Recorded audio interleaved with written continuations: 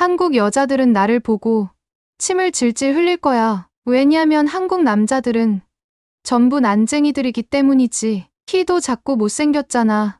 168cm의 잘생긴 나를 보면 정말 환장할 거야. 여기 한 중국 남성이 한국의 예쁜 여자는 모조리 꼬셔버리겠다며 의기양양하게 한국에 왔다고 합니다. 과연 그의 계획은 성공했을까요? 지금 바로 알아보겠습니다. 본 사연은 실제 이야기를 바탕으로 하였으며 인물과 내용 일부는 각색되었습니다. 안녕하세요. 제 이름은 리제나입니다. 저는 항상 제가 특별하다고 믿어왔습니다. 사람이 북적이는 중국의 도시에서 자랐지만 저는 눈에 띄는 아이였어요. 키가 크거나 제일 똑똑해서가 아니라 누구보다 열심히 노력하고 더 열심히 공부하며 제가 충분히 훌륭하지 않다는 말을 듣는 것을 결코 허용하지 않았기 때문입니다. 중국의 명문대학을 졸업하고 대기업에 취직했을 때 저는 이미 중요한 사람이 되었다고 느꼈어요. 제 월급은 한 달에 100만 원이었고 중국에서 상위 1%에 드는 소득이었습니다. 주 6일을 일하면서 그 돈을 벌었지만 그만한 가치는 있다고 생각했어요. 동료들은 저를 부러워했고 가족들은 제 이야기를 듣는 사람마다 자랑스러워했습니다. 여성들은 제 성공에 끌려 저와 결혼하고 싶어 했어요. 하지만 문제가 하나 있었어요. 중국에서는 결혼에 대가가 따랐습니다. 이를 차일이라고 부르는데 결혼 전에 신랑이 신부의 가족에게 거액의 돈을 지불해야 하는 풍습이었습니다. 대부분은 2천만 원 정도였지만 제가 만난 여성들은 훨씬 더 많은 금액을 요구했어요. 어떤 여성은 1억을 요구하기도 했습니다. 중국에서는 평생 모아도 그 돈은 마련하기 어려운 금액이었어요. 저는 답답함을 느꼈습니다. 저라는 사람 자체를 인정해주는 배우자를 원했지. 제가 줄 수 있는 재물 때문에 저를 선택하는 사람은 원치 않았어요. 그러던 중 한국에 대한 이야기가 들려오기 시작했습니다. 한 번도 가본 적은 없지만 틱톡에서 본 영상들이 명확한 이미지를 만들어 주었어요. 한국은 가난한 나라, 남자들은 키도 작고 못생겼으며 경제도 약하다고 말입니다. 무엇보다 중요한 것은 한국 여성들은 아름답고 착하며 겸손하다는 점이었어요. 제가 알고 있는 물질주의적인 중국 여성들과는 완전히 다르다는 이야기를 들었습니다. 그리고 무엇보다도 한국에는 차이가 없다는 점이 매력적이었어요. 한국에 가면 저는 생각했습니다. 완벽한 아내를 만날 수 있을 거야. 그렇게 저는 여행 계획을 세우기 시작했어요. 회사 동료들에게 어디로 갈 것인지 말했더니 모두 비웃었습니다. 그 작은 나라에 돈 낭비하며 왜 가냐고요? 한국은 중국에 비하면 아무것도 아니잖아. 저는 신경 쓰지 않았어요. 제가 직접 보고 싶었거든요. 그리고 더 나은 무언가를 찾을 수 있다는 걸 증명하고 싶었습니다. 출발 당일, 저는 가장 좋은 옷을 입었습니다. 제가 성공한 중국 남자라는 걸 모두에게 보여주고 싶었거든요. 가방에는 한국 여성들을 놀라게 할지도 모른다는 생각에 중국 문양이 들어간 기념품도 챙겼습니다. 비행 시간은 길지 않았지만 저에게는 하나의 모험처럼 느껴졌어요. 창가에 앉아 바다를 내려다보며 저를 기다리고 있을 무언가를 상상했죠. 제 머릿속에는 작은 집들, 오래된 자동차들, 그리고 길거리를 걷는 마르고 지친 사람들이 떠올랐습니다. 그리고 저를 보며 부끄러운 듯 미소를 짓는 여성들. 제 키와 스타일, 성공에 놀라는 모습이 그려졌어요. 비행기가 착륙하자 저는 깊게 숨을 들이쉬고 공항 밖으로 나갔습니다. 그런데 뭔가 크게 잘못됐다는 걸 바로 깨달았어요. 가장 먼저 눈에 들어온 건 사람들이었습니다. 다들 키가 컸어요. 저보다 더 컸습니다. 어디를 봐도 어깨가 넓고 자신감 넘치는 걸음걸이를 가진 남자들이 보였어요. 그들의 옷은 현대적이고 세련됐으며 제가 예상했던 모습과는 전혀 달랐습니다. 여성들도 마찬가지였어요. 아름답기는 했지만 키도 크고 당당한 태도가 느껴졌습니다. 그들 앞에서 제가 작아 보일 정도였어요. 저는 재킷을 고쳐 입으며 갑자기 주눅이 들었습니다. 아마 공항이라 그런 거겠지. 스스로를 달랬습니다. 여기엔 특별히 잘생기고 멋진 사람들만 있는 거야. 밖으로 나가면 다를 거야. 짐을 끌며 공항을 나섰습니다. 도시의 공기가 상쾌하고 깨끗했어요. 거리에는 새 차들이 가득했고 고층 빌딩들이 하늘 높이 솟아 있었습니다. 유리벽에는 햇빛이 반사됐고 전자 광고판은 제가 한 번도 본 적 없는 제품들을 광고하고 있었어요. 이건 제가 상상했던 한국이 아니었습니다. 호텔로 가는 길에 모든 것이 얼마나 체계적인지 깨달았습니다. 거리는 쓰레기 하나 없었고 횡단보도에서는 사람들이 줄을 맞춰 걸어가고 있었습니다. 심지어 버스와 택시도 완벽한 조화를 이루며 움직였죠. 저는 점점 이질감을 느끼기 시작했어요. 호텔에 도착해 체크인을 하고 방으로 들어갔습니다. 방은 작지만 깨끗하고 현대적이었으며 창문 밖으로 도시의 스카이라인이 보였어요. 침대에 앉아 창밖을 바라보며 생각했어요. 이건 내가 들었던 이야기와는 다르잖아. 영상들과 이야기들은 모두 한국이 가난하고 낙후된 곳처럼 보이게 했었는데 제가 눈으로 본 한국은 발전하고 조직적이며 활기로 가득했어요. 그래도 너무 성급히 판단하면 안 된다고 스스로를 달랬습니다. 어쩌면 아직 진짜 한국을 못 본 걸 수도 있죠. 내일 밖으로 나가서 둘러볼 생각이었어요. 제가 이곳에 온 이유를 증명해야 했으니까요. 침대에 누워 복잡한 감정이 밀려왔습니다. 설렘과 불안감이 뒤섞여 머릿속을 떠나지 않았어요. 내가 잘못 생각한 걸까? 한국이 내가 기대한 그런 곳이 아니면 어쩌지? 하지만 그런 생각은 곧 떨쳐버렸습니다. 여기까지 왔는데 돌아갈 수는 없으니까요. 이건 단지 시작일 뿐이에요. 스스로를 다독였습니다. 내일은 다를 거예요. 다음 날 아침, 저는 설렘과 긴장감이 뒤섞인 기분으로 눈을 떴습니다. 오늘 하루는 한국의 수도 서울을 탐험하며 제가 들었던 이야기들이 진실인지 확인할 기회였어요. 거울 앞에 서서 머리를 다듬고 가장 좋아하는 옷을 입었어요. 작은 중국 국기가 달린 재킷은 여전히 자부심을 느끼게 해주었지만 호텔을 나서기 전에 잠시 망설이는 저를 발견했습니다. 밖으로 나가니 이미 거리가 분주했습니다. 사람들은 목적지를 향해 바삐 움직였고 그들의 구두가 깨끗한 보도를 경쾌하게 두드리는 소리가 들렸습니다. 저는 하루를 청계천에서 시작하기로 했어요. 청계천은 서울 한가운데를 가로지르는 하천인데 제가 본 영상에서는 단순하고 낙후된 곳처럼 보였죠. 그게 사실인지 확인하고 싶었습니다. 걷는 동안 주변의 현대적인 모습에 눈이 갔습니다. 아침 햇살 아래 반짝이는 높은 건물들, 길을 따라 심어진 나무들, 매끄럽게 움직이는 교통 상황까지 모두 제게는 새로웠습니다. 자동차 경적 소리는 하나도 들리지 않았어요. 심지어 버스와 배달 트럭조차 새 차처럼 보였습니다. 청계천에 도착했을 때 저는 그 자리에서 멈춰버렸습니다. 그 하천은 제가 상상했던 것과 전혀 달랐습니다. 물은 맑고 투명해서 하늘이 그대로 비쳤어요. 사람들은 양쪽 길을 따라 천천히 걸으며 사진을 찍거나 물소리를 들으며 조용히 시간을 보내고 있었습니다. 강변에는 꽃과 식물들이 가지런히 자라나 색감을 더하고 있었어요. 하천 위로는 작은 드론들이 날아다녔습니다. 처음에는 그냥 장식용인 줄 알았는데 곧 그것들이 쓰레기를 줍는 걸 발견했습니다. 저는 믿을 수 없다는 듯 그 광경을 바라보았습니다. 중국 신문에서 한국은 너무 가난해서 청계천 복구를 위해 중국의 도움을 받았다고 읽었던 기억이 났습니다. 하지만 지금 눈앞에 보이는 모습은 그 말이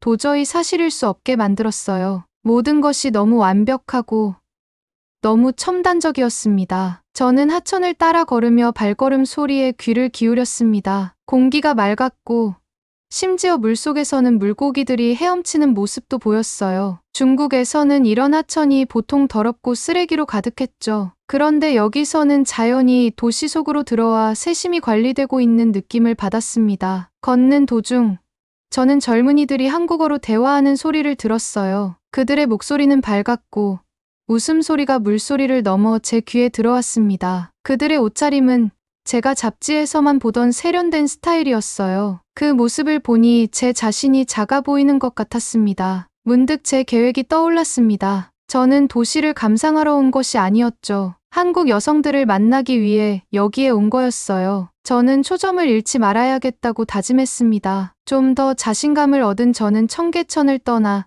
근처의 쇼핑 거리를 향해 걸어갔습니다. 그곳은 카페와 식당, 옷과 전자제품을 파는 가게들로 가득했습니다. 사람들은 카페 밖에 앉아 커피를 마시거나 친구들과 이야기를 나누고 있었어요. 저는 아늑한 야외 좌석이 있는 작은 카페 앞에서 멈춰 섰습니다. 갓 내린 커피 향기가 공기 중에 퍼져 있었어요. 메뉴를 힐끗 보니 커피 한 잔에 6,000원이었어요. 머릿속으로 빠르게 계산해 보니 약 35위안 정도였습니다. 왜 사람들이 커피 한 잔에 이렇게 많은 돈을 쓸까?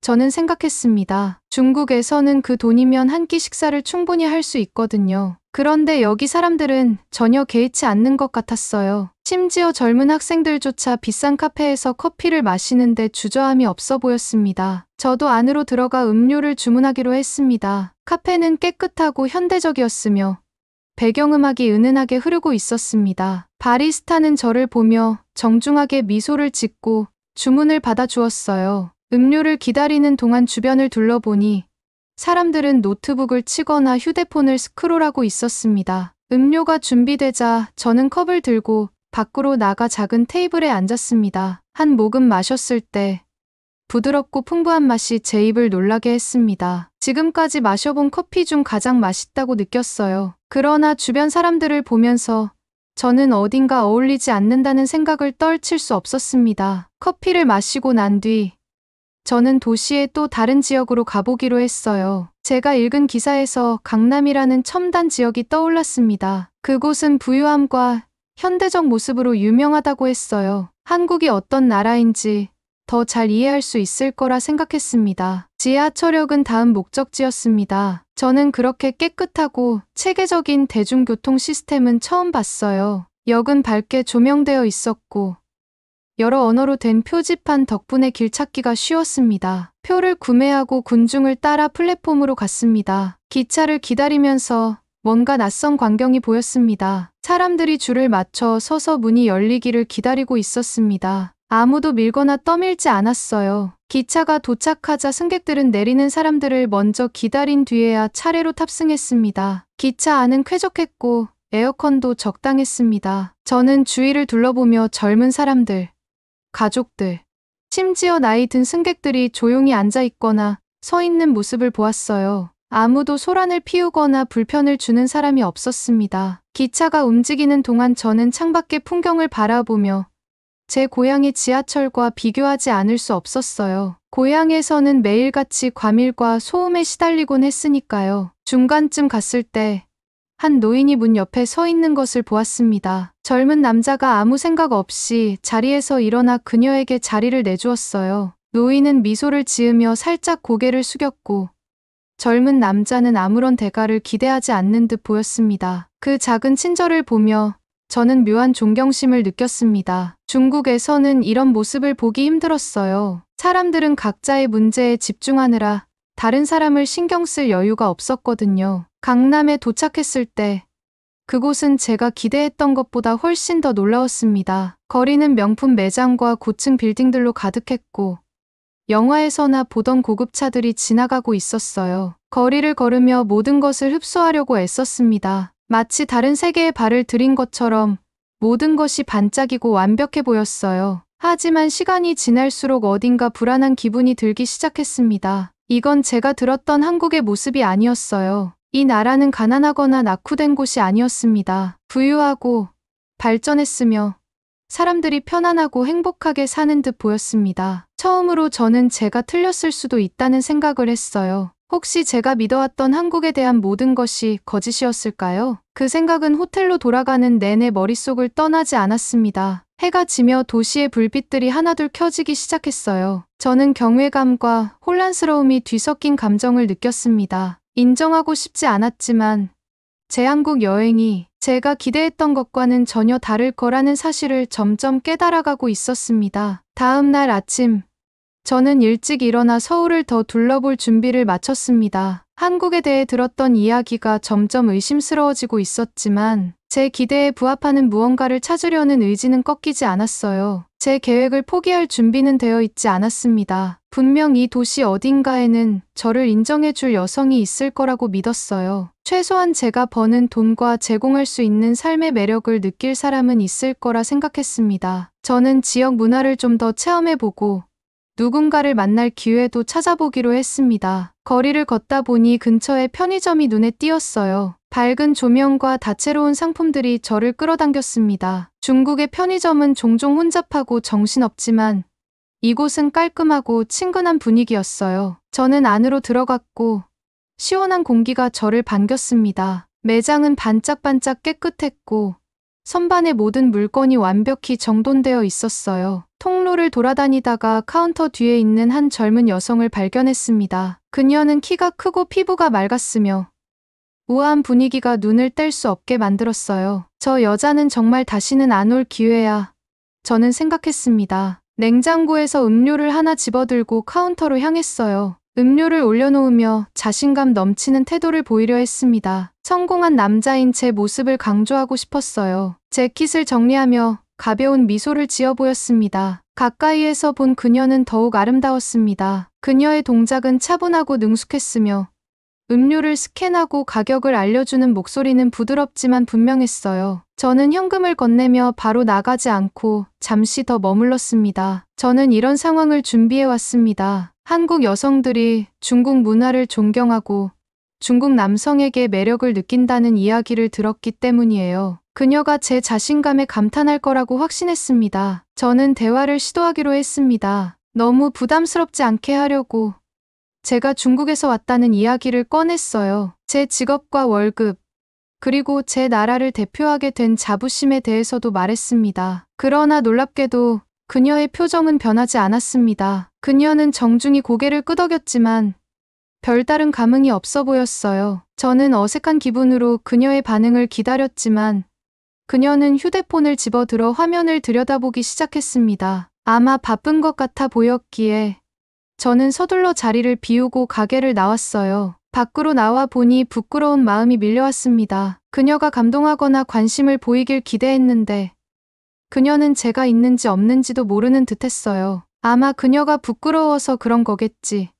저는 스스로를 달랬습니다. 아니면 내가 한 말을 제대로 이해하지 못했을 수도 있어. 저는 빨리 마음을 정리하고 계속 걷기로 했습니다. 그날 오후 저는 도시의 또 다른 지역으로 향했습니다. 그곳은 카페와 작은 상점들로 가득 찬 활기찬 동네였어요. 친구들이 삼삼오오 모여 이야기를 나누거나 연인들이 손을 잡고 산책하는 모습이 눈에 띄었습니다. 어느 카페 앞을 지나가다가 많은 사람들이 커피와 디저트를 즐기고 있는 모습에 발길을 멈췄습니다. 어제 방문했던 카페가 떠올랐지만 이곳은 더 캐주얼한 분위기였어요. 호기심이 생겨 안으로 들어가 커피 한 잔을 주문했습니다. 기다리는 동안 주변을 둘러보니 대부분 젊은 사람들이었고 옷차림은 패션 잡지에서 막 튀어나온 것처럼 세련되어 보였어요. 제 재킷과 청바지가 어딘가 촌스러워 보인다는 생각이 들었습니다. 커피가 준비되자 창가 쪽에 자리를 잡고 앉아 밖을 내다보며 한 모금 마셨습니다. 하지만 제 생각은 다시 편의점에서 만난 여성에게로 돌아갔어요.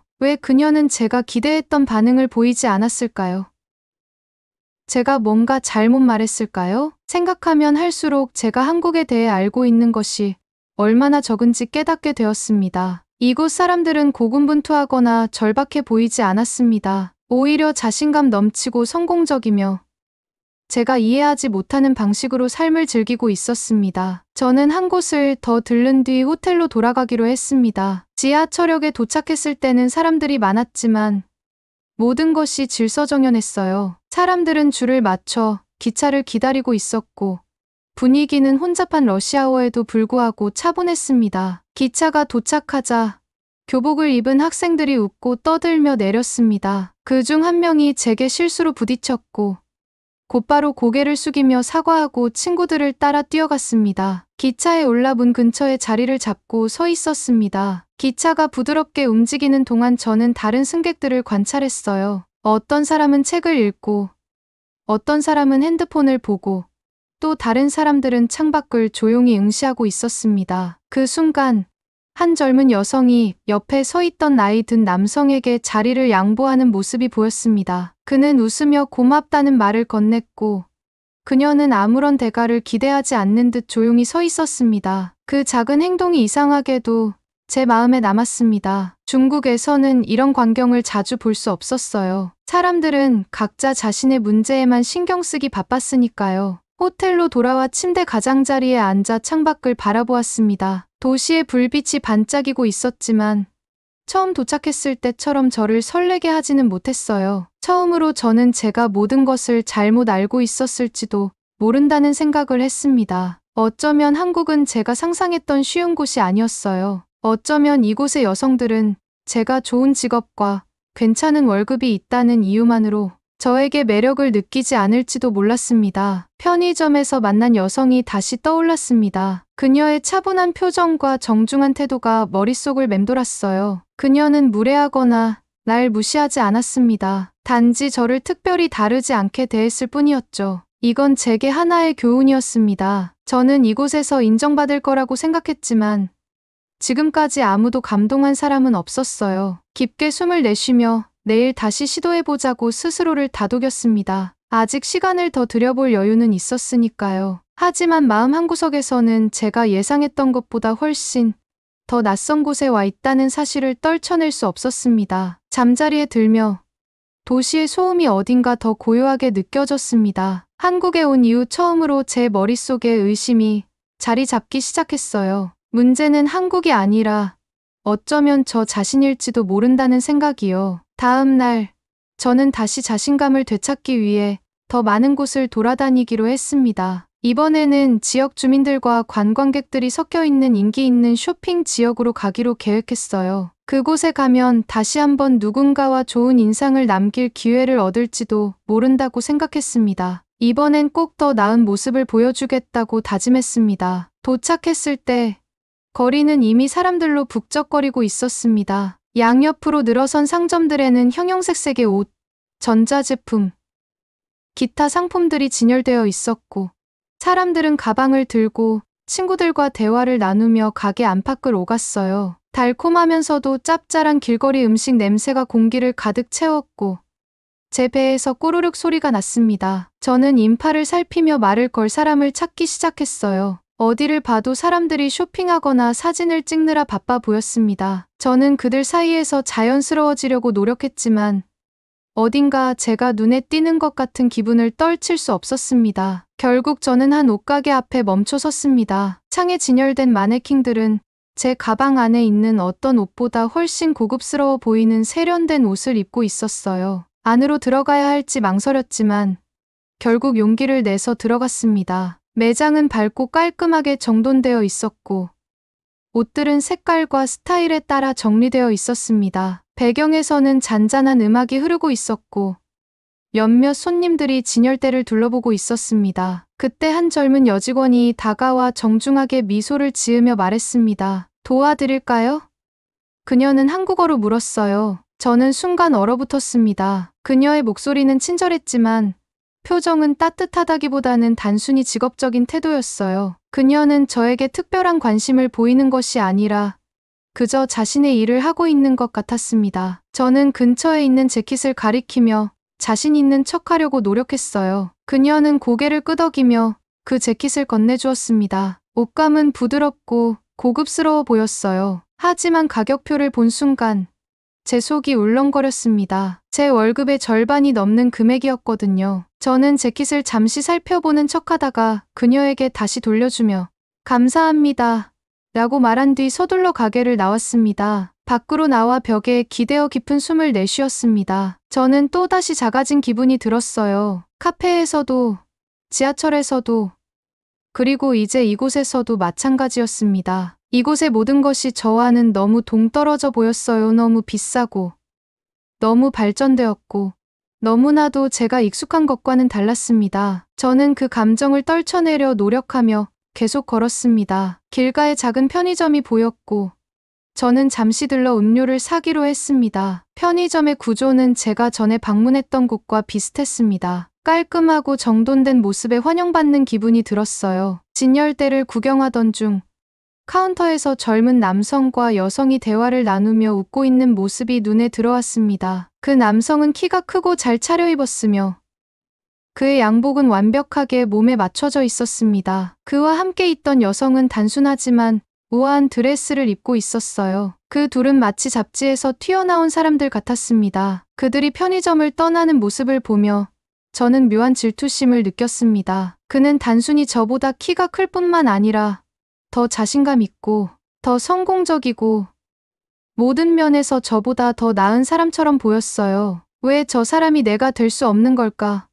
저는 생각했습니다. 물 한 병을 집어 들고 계산대로 갔습니다. 계산원은 환하게 미소를 지으며 물건을 찍었지만 그녀의 정중함이 오히려 제 기분을 더 나쁘게 만들었습니다. 저는 빨리 돈을 내고 눈을 마주치지 않은 채 가게를 나왔습니다. 그날 오후 저는 도시를 무작정 돌아다녔습니다. 공원에서는 가족들과 연인들이 시간을 보내고 있었고 레스토랑들은 활기가 넘쳤으며 하늘을 찌를 듯한 사무실 건물들은 제게 너무 멀고 낯설게 느껴졌습니다. 한 거리 모퉁이에 멈춰 서서 다음에 어디로 가야 할지 고민하던 중 전통시장을 알리는 표지판이 보였습니다. 가까운 곳에 있다고 해서 가보기로 했어요. 시장은 좁은 골목으로 이루어진 미로 같았고 신선한 농산물부터 수공예품까지 다양한 물건을 파는 가판대들로 가득했습니다. 상인들이 손님을 부르는 소리와 요리 냄비가 부딪히는 소리가 공기를 채우고 있었어요. 이곳은 고급 쇼핑 지역보다 훨씬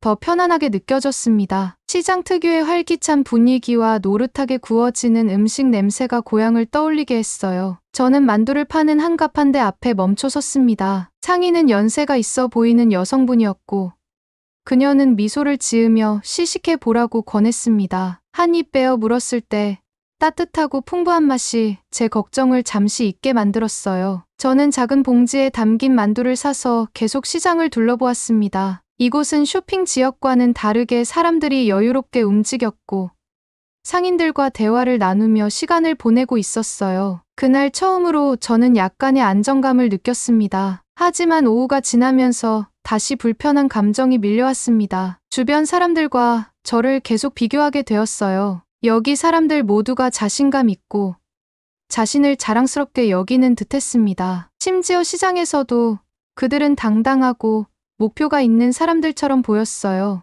호텔로 돌아왔을 때는 기분이 한층 더 가라앉아 있었습니다. 침대에 앉아 창밖의 도시 불빛을 바라보았습니다. 아름다운 광경이었지만 더 이상 저를 흥분시키지 않았어요. 지난 며칠 동안 제가 본 모든 것을 떠올렸습니다. 깨끗한 거리, 첨단 기술, 정중하고 자신감 넘치는 사람들. 한국은 제가 들었던 이야기와는 완전히 달랐습니다. 가난하거나 뒤떨어진 곳이 아니었어요. 제가 쉽게 돋보이거나 우월감을 느낄 수 있는 곳도 아니었습니다. 대신 이곳은 저를 작게 느끼게 만드는 곳이었어요. 편의점 직원, 양복 입은 남자, 지하철의 승객들. 그들 모두가 저보다 훨씬 앞서 있는 것처럼 느껴졌습니다. 단지 외모나 재력 때문이 아니라 자신을 대하는 태도나 삶을 살아가는 방식에서요. 처음으로 저는 문제가 한국이 아니라 어쩌면 제 자신일지도 모른다는 생각을 했습니다. 저는 사람들이 저를 존경해 줄 거라 기대하고 여기에 왔습니다. 하지만 대신